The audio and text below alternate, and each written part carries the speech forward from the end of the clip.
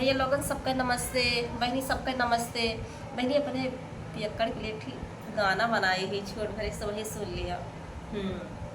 सुन लियो, अच्छा लगे तो लाइक सब्सक्राइब कमेंट कर दियो, अब ना अच्छा लगे तब कह दियो। ये ना कि ना अच्छा लागत बात तो ऐसे कह दी भाग जाए, भगायू ना, बताई सुनाई।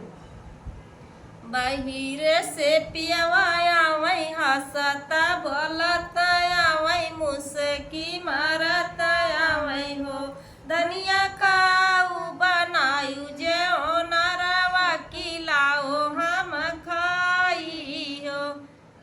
आएंगे आएंगे हाँ, उनके गाना ना गाओ, तू जो बताओ तू कगा फिर गाओ जे। हंस के कहे गुजरिया पियवा से गढ़ाई दा झूलनी हो, गढ़ाई दा झूलनी हो, गढ़ाई दा झूलनी। हंस के कहे गुजरिया पियवा से गढ़ाई दा झूलनी।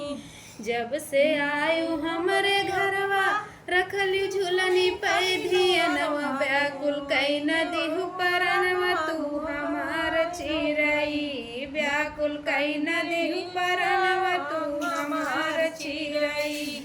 हंस के गाहे गुजरिया पियवा से गढ़ाई दा झूलनी ओ गढ़ाई दा झूलनी ओ गढ़ाई दा झूलनी।